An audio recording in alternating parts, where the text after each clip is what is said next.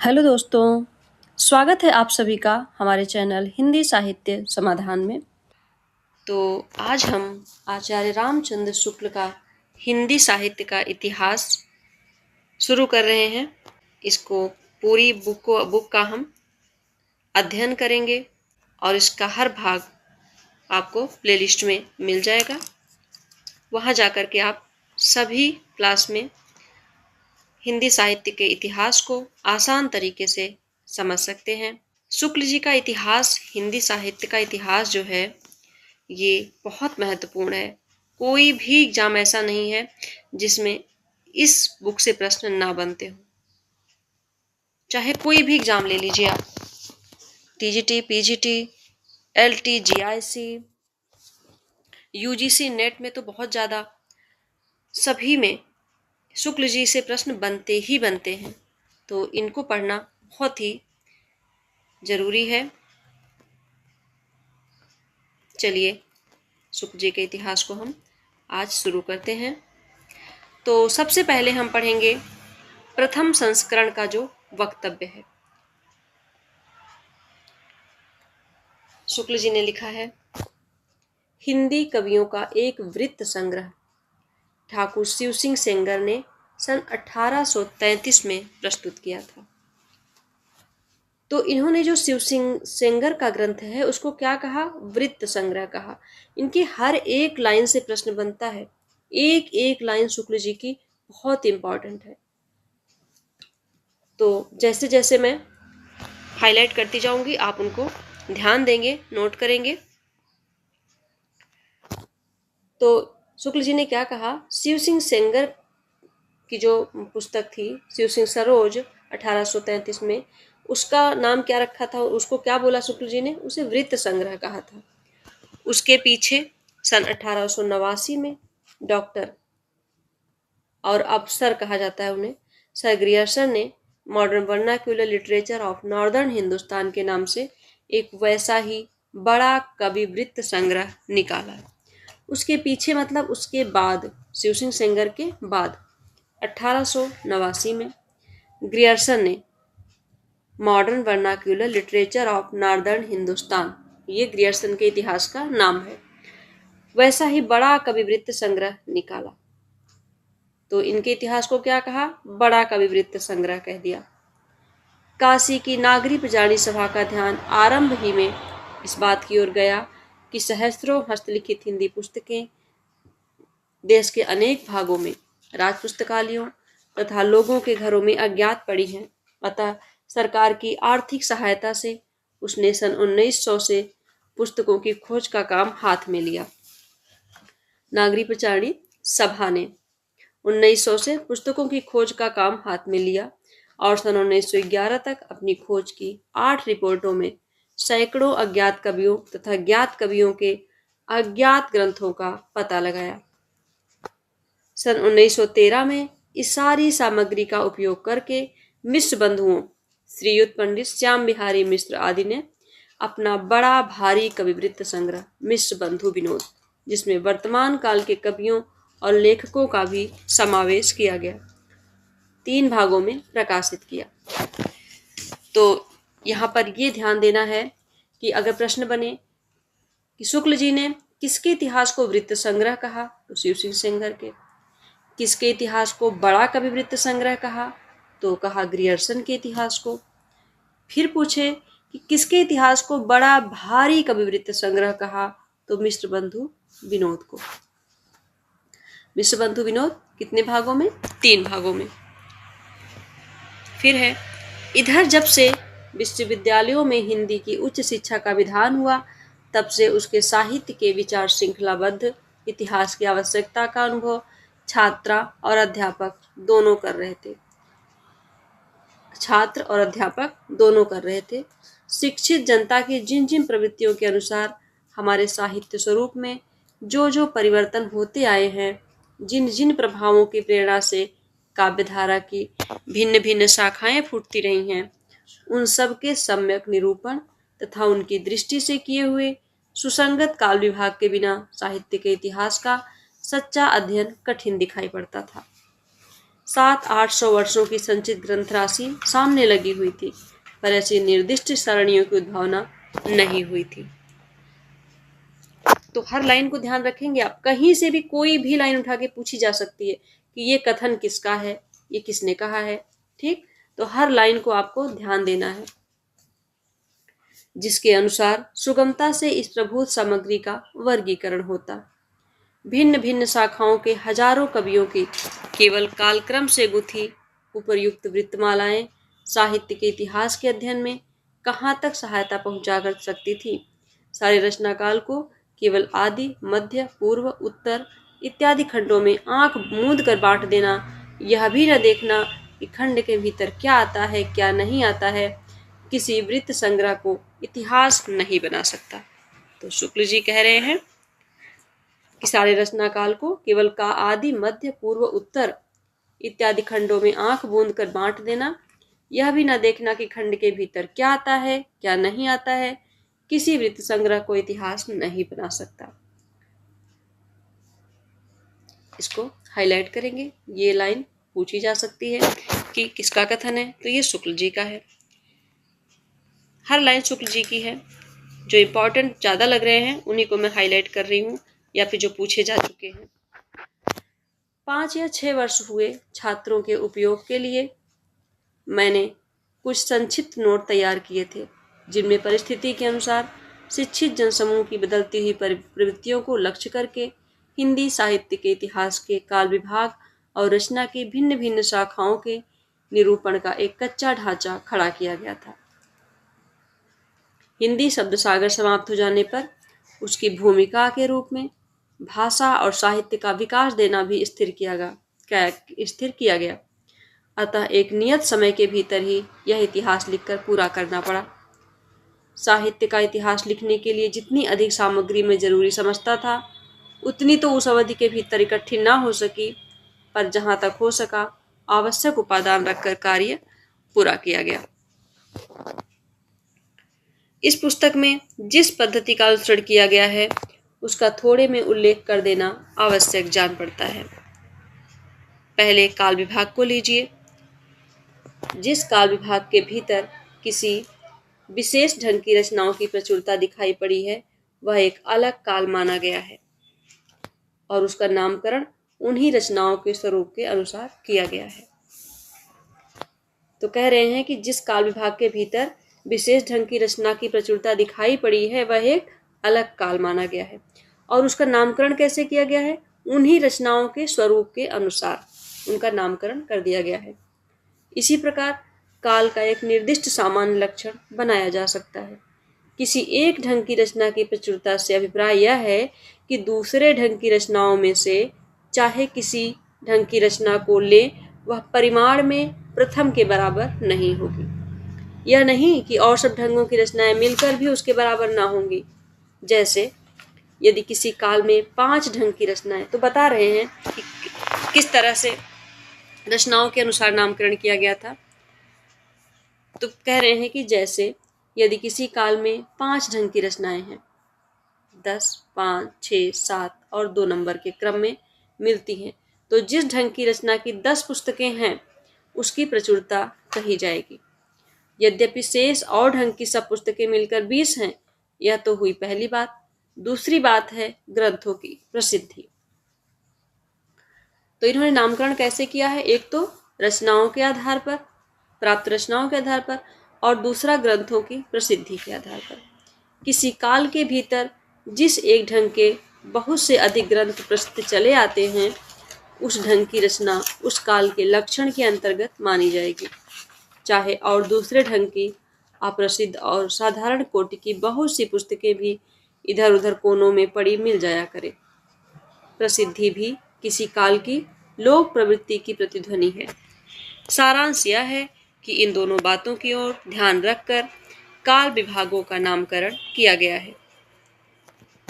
आदिकाल का नाम मैंने वीर गाथा काल रखा है। शुक्ल जी ने आदिकाल का नाम क्या रखा, वीर गाथा काल रखा। उक्त काल के भीतर 2 प्रकार की रचनाएं मिलती हैं, अपभ्रंश की और देश भाषा यानी बोलचाल की।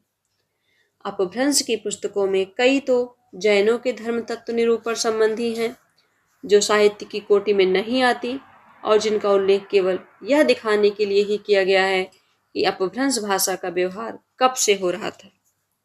साहित्य कोटि में आने वाली रचनाओं में कुछ तो भिन्न भिन्न विषयों पर फुटकल दोहे हैं, जिनके अनुसार उस काल की कोई विशेष प्रवृत्ति निर्धारित नहीं की जा सकती।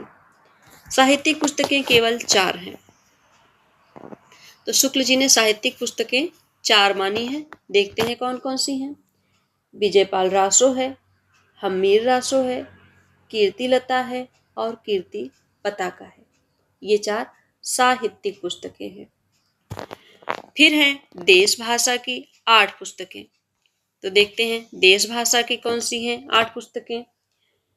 खुमाण रासो, बीसलदेव रासो, पृथ्वीराज रासो, जयचंद्र प्रकाश, जयमयंक जस चंद्रिका, परमाल रासो, आल्हा का मूल रूप है, खुसरो की पहेलियां और विद्यापति की पदावली। तो ये 8 देश भाषा की पुस्तकें हैं। फिर से देखेंगे खुमाण रासो, बीसलदेव रासो, पृथ्वीराज रासो, जयचंद्र प्रकाश, जयमयंक जस चंद्रिका, परमाल रासो, खुसरो की पहेलियां, विद्यापति की पदावली। कुल हो गई 12 रचनाएं। इन्हीं 12 पुस्तकों की दृष्टि से आदिकाल का लक्षण, निरूपण और नामकरण हो सकता है। इन्हीं रचनाओं के आधार पर शुक्ल जी ने क्या किया था, वीर गाथा का नाम रख दिया था।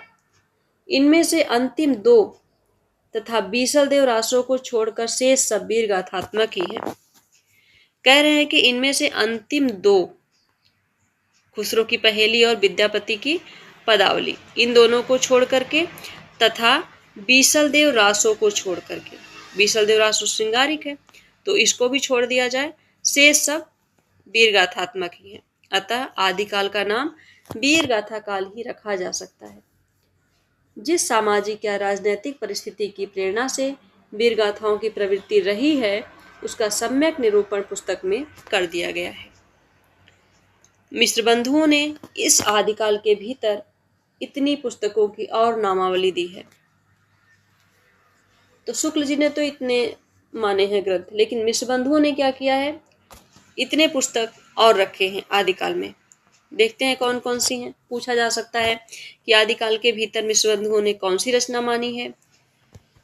भगवत गीता है, वृद्ध नवकार है, वर्तमाल है, सम्मत सार है, पत्ताली है, अनन्य योग है, जम्बू स्वामी रास है, रेवंत गिरी रास है, नेमिनाथ चौपई है और उवयेस माला, उपदेश माला।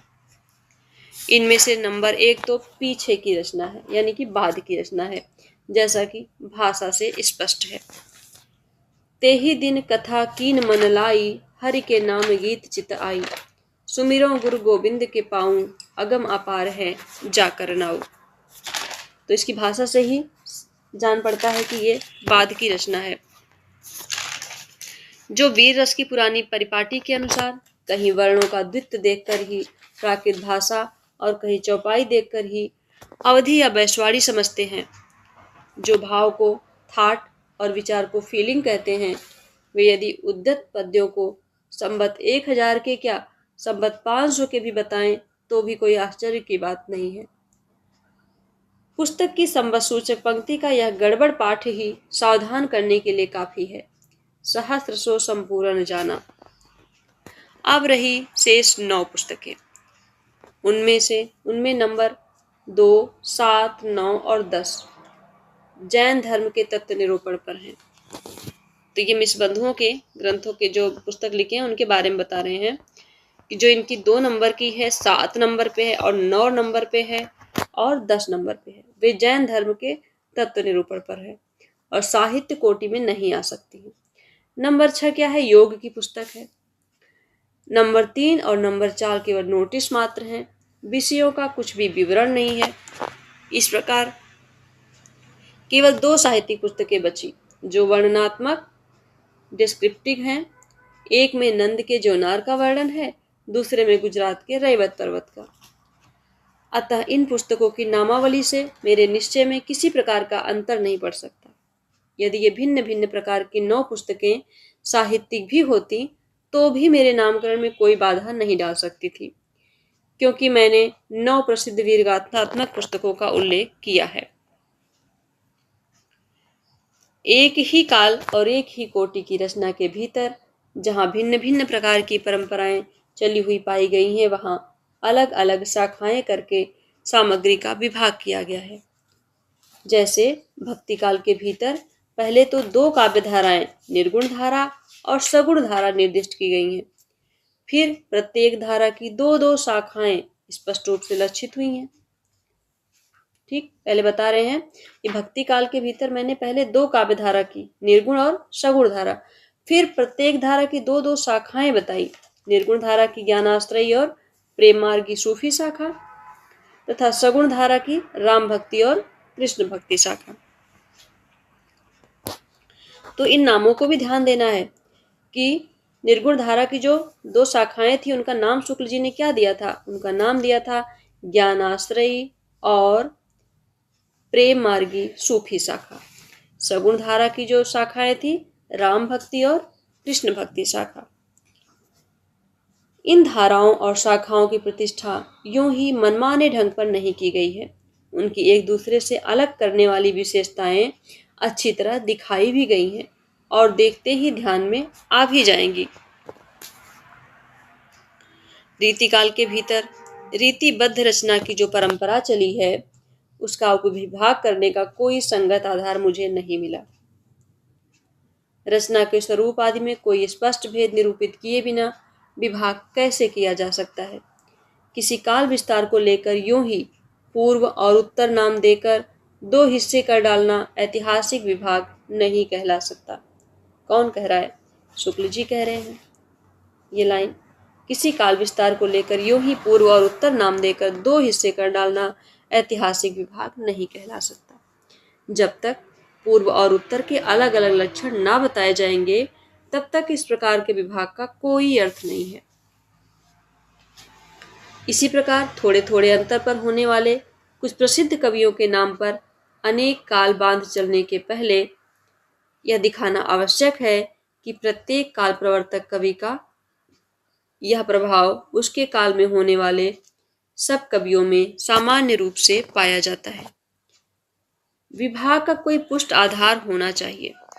रीतिबद्ध ग्रंथों की बहुत गहरी छानबीन और सूक्ष्म पर्यालोचना करने पर आगे चलकर शायद विभाग का कोई आधार मिल जाए। कह रहे हैं कि रीतिबद्ध ग्रंथों की जब बहुत गहरी छानबीन की जाए तो शायद विभाग का कोई आधार मिल जाए, पर अभी तक मुझे नहीं मिला है। रीतिकाल के संबंध में 2 बातें और कहनी है। क्या कहनी है? कह रहे हैं कि इस काल के कवियों के परिचयात्मक वृत्तों की छानबीन में मैं अधिक नहीं प्रवृत्त हुआ हूँ, क्योंकि मेरा उद्देश्य अपने साहित्य के इतिहास का एक पक्का और व्यवस्थित ढांचा खड़ा करना था, न कि कवि कीर्तन करना। फिर कह रहे हैं कि अतः कवियों के परिचयात्मक विवरण मैंने प्रायः मिश्र बंधु विनोद से ही लिए हैं। तो रीति काल के कवियों के जो परिचयात्मक विवरण हैं, वो शुक्ल जी ने कहाँ से लिए हैं? मिश्र बंधु विनोद से प्रश्न बन सकता है। कहीं कुछ कवियों के विवरणों में परिवर्तन और परिष्कार भी किया है, जैसे ठाकुर, दीनदयाल गिरी, राम सहाय और रसिक गोविंद के विवरणों में। यदि कुछ कवियों के नाम छूट गए या किसी कवि की किसी मिली हुई पुस्तक का उल्लेख नहीं हुआ, तो इससे मेरी कोई बड़ी उद्देश्य हानि नहीं हुई। इस काल के भीतर मैंने जितने कवि लिए हैं या जितने ग्रंथों के नाम दिए हैं, उतने ही जरूरत से ज्यादा मालूम हो रहे हैं। शुक्ल जी कह रहे हैं कि अगर कुछ कवियों के या कुछ पुस्तकों के नाम ग्रंथों के छूट गए हैं तो तब भी मेरा कोई नुकसान नहीं है, क्योंकि जितने ग्रंथों के नाम मैंने इसमें दे दिए, जितने कवियों के नाम दे दिए, वो भी जरूरत से ज्यादा ही लग रहे हैं मुझे। रीतिकाल या और किसी काल के कवियों की साहित्यिक विशेषताओं के संबंध में मैंने जो संक्षिप्त विचार प्रकट किए हैं, वे दिग्दर्शन मात्र के लिए हैं। इतिहास की पुस्तक में किसी कवि की पूरी क्या अधूरी आलोचना भी नहीं आ सकती। कौन कह रहा है? शुक्ल जी कह रहे हैं कि इतिहास की पुस्तक में किसी कवि की पूरी क्या अधूरी आलोचना भी नहीं आ सकती। किसी कवि की आलोचना लिखनी होगी तो स्वतंत्र प्रबंध या पुस्तक के रूप में लिखूंगा। बहुत प्रसिद्ध कवियों के संबंध में ही थोड़ा विस्तार से लिखना पड़ा है, पर वहां भी विशेष प्रवृत्तियों का ही निर्धारण किया गया है। यह अवश्य है कि उनमें से कुछ प्रवृत्तियों को मैंने रसोपयोगी और कुछ को बाधक कहा है। आधुनिक काल में गद्य का आविर्भाव सबसे प्रधान साहित्यिक घटना है। ये मोस्ट इम्पॉर्टेंट लाइन है, पूछी जा चुकी है कि आधुनिक काल में गद्य का आविर्भाव सबसे प्रधान साहित्यिक घटना है। किसका कथन है? तो शुक्ल जी का है। इसलिए उसके प्रसार का वर्णन विशेष विस्तार के साथ करना पड़ा है। मेरा विचार इस थोड़े से काल के बीच हमारे साहित्य के भीतर जितनी अनेक रूपता का विकास हुआ है, उनको आरंभ तक लाकर उसमें आगे की प्रवृत्तियों का सामान्य और संक्षिप्त उल्लेख करके ही छोड़ देने का था, क्योंकि वर्तमान लेखकों और कवियों के संबंध में कुछ लिखना मैं अपने सिर एक बला मोल लेना ही समझ पड़ता था। ये कह रहे हैं कि वर्तमान लेखकों और कवियों के संबंध में कुछ लिखना अपने सिर पर एक बला मोल लेना ही समझ पड़ता था, पर जी न माना। वर्तमान सहयोगियों तथा उनकी अमूल्य कृतियों का उल्लेख भी थोड़े बहुत विवेचन के साथ डरते डरते किया गया। वर्तमान काल के अनेक प्रतिभा संपन्न और प्रभावशाली लेखकों और कवियों के नाम जल्दी में या भूल से छूट गए होंगे। इसके लिए उनसे तथा उनसे भी अधिक उनकी कृतियों से विशेष रूप से परिचित महानुभावों से क्षमा की प्रार्थना है। शुक्ल जी कह रहे हैं कि अगर उनमें से किसी कृति कोई कवि के नाम भूल गया हूँ या कृति छूट गई हो तो उसके लिए मैं क्षमा मांगता हूँ। जैसा पहले कहा जा चुका है, यह पुस्तक जल्दी में तैयार करनी पड़ी है। इससे इसका रूप जो मैं रखना चाहता था वह भी इसे पूरा नहीं प्राप्त हो सका है। कवियों और लेखकों के नामोल्लेख के संबंध में एक बात का निवेदन और है। इस पुस्तक का उद्देश्य संग्रह नहीं था। कह रहे हैं कि इस पुस्तक का उद्देश्य संग्रह नहीं था। इससे आधुनिक काल के अंतर्गत सामान्य लक्षणों और प्रवृत्तियों के वर्णन की ओर ही अधिक ध्यान दिया गया है। अगले संस्करण में इस काल का प्रसार कुछ और अधिक हो सकता है।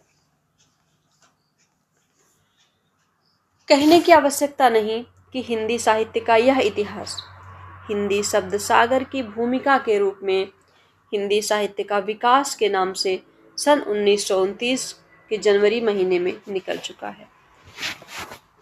तो प्रश्न बनता है कि शुक्ल जी का हिंदी साहित्य का इतिहास किसकी भूमिका के रूप में लिखा गया था? तो ये हिंदी शब्द सागर की भूमिका के रूप में लिखा गया था हिंदी साहित्य का विकास नाम से। किस नाम से? हिंदी साहित्य का विकास नाम से हिंदी शब्द सागर की भूमिका के रूप में लिखा गया था 1929 में जनवरी महीने में। इस अलग पुस्तकाकार संस्करण में बहुत सी बातें बढ़ाई गई हैं, विशेषतः आदि और अंत में। आदिकाल के भीतर अपभ्रंश की रचनाएं भी ले ली गई हैं, क्योंकि वे सदा से भाषा काव्य के अंतर्गत ही मानी जाती रही हैं। कवि परंपरा के बीच प्रचलित जनश्रुति कई ऐसे भाषा काव्यों के नाम गिनाती चली आई है जो अपभ्रंश में है, जैसे कुमारपाल चरित और सारंगधर कृत हमीर रासो। हमीर रासो का पता नहीं है, पर प्राकृत पिंगल सूत्र उलटते पलटते मुझे हमीर के युद्धों के वर्णन वाले कई बहुत ही ओजस्वी पद्य छंदों के उदाहरण में मिले। मुझे पूर्ण निश्चय हो गया कि ये पद्य सारंगधर के प्रसिद्ध हमीर रासों के ही हैं। आधुनिक काल के अंत में वर्तमान काल की कुछ विशेष प्रवृत्तियों के वर्णन को थोड़ा और पल्लवित इसलिए करना पड़ा, जिससे उन प्रवृत्तियों के मूल का ठीक ठीक पता केवल हिंदी पढ़ने वालों को भी हो जाए और वे धोखे में न रहकर स्वतंत्र विचार में समर्थ हों। मिश्र बंधुओं के प्रकांड कवि वृत्त संग्रह मिश्र बंधु विनोद का उल्लेख हो चुका है। रीतिकाल के कवियों का परिचय लिखने में मैंने प्रायः उक्त ग्रंथ से ही विवरण लिए हैं। रीतिकाल के कवियों का परिचय लिखने में शुक्ल जी ने विवरण कहाँ से लिया था? पहले ही बता दिया था, मिश्र बंधु विनोद से लिया था। अतः आधुनिक शिष्टता के अनुसार उसके उत्साही और परिश्रमी संकलनकर्ताओं को धन्यवाद देना मैं बहुत ज़रूरी समझता हूँ। हिंदी पुस्तकों की खोज की रिपोर्ट भी मुझे समय समय पर विशेषतः संदेह के स्थल पर आने पर उलटनी पड़ी है। राय साहब बाबू, श्याम सुंदर दास, बीए की हिंदी कोविद रत्नमाला किसकी? श्याम सुंदर दास की। और श्रीयुत पंडित राम नरेश त्रिपाठी की कविता कौमुदी तथा श्री वियोगी हरि जी की ब्रजमाधुरी सार से भी बहुत कुछ सामग्री मिली है। तो कहाँ कहाँ से लिया है इन्होंने, ध्यान देंगे। मिश्र बंधु विनोद से, हिंदी कोविद रत्नमाला से, कविता कौमुदी से और ब्रजमाधुरी सार से। 4 जगह से इन्होंने साक्ष्य लिए हैं, रचनाएं उठाई हैं। अतः उक्त तीनों महानुभावों के प्रति मैं अपनी कृतज्ञता प्रकट करता हूँ। आधुनिक काल के प्रारंभिक प्रकरण लिखते समय जिस कठिनता का सामना करना पड़ा, उसमें मेरे बड़े पुराने मित्र पंडित केदारनाथ पाठक ही काम आए। तो कह रहे हैं कि आधुनिक काल के प्रारंभिक प्रकरण लिखते समय मुझे जब कठिनता का सामना करना पड़ा, उसमें इनके बड़े पुराने मित्र थे पंडित केदारनाथ पाठक, वे काम आए। पर न आज तक मैंने उन्हें किसी बात के लिए धन्यवाद दिया और न अब देने की हिम्मत कर सकता हूँ। धन्यवाद को वे आजकल की एक बदमाशी समझते हैं। इस कार्य में मुझसे जो भूलें हुई हैं, उनके सुधार की, जो त्रुटियां रह गई हैं उनकी पूर्ति की, और जो अपराध बन पड़े उनकी क्षमा की पूरी आशा करके ही मैं अपने श्रम से कुछ संतोष लाभ कर सकता हूँ। तो ये प्रथम संस्करण का वक्तव्य था, शुक्ल जी का हमने पढ़ा। इसके आगे संशोधित और प्रवर्धित संस्करण के संबंध में 2 बातें यहाँ से हम नेक्स्ट क्लास में पढ़ेंगे। आज के लिए बस इतना ही। उम्मीद करती हूँ आपको समझ में आया होगा।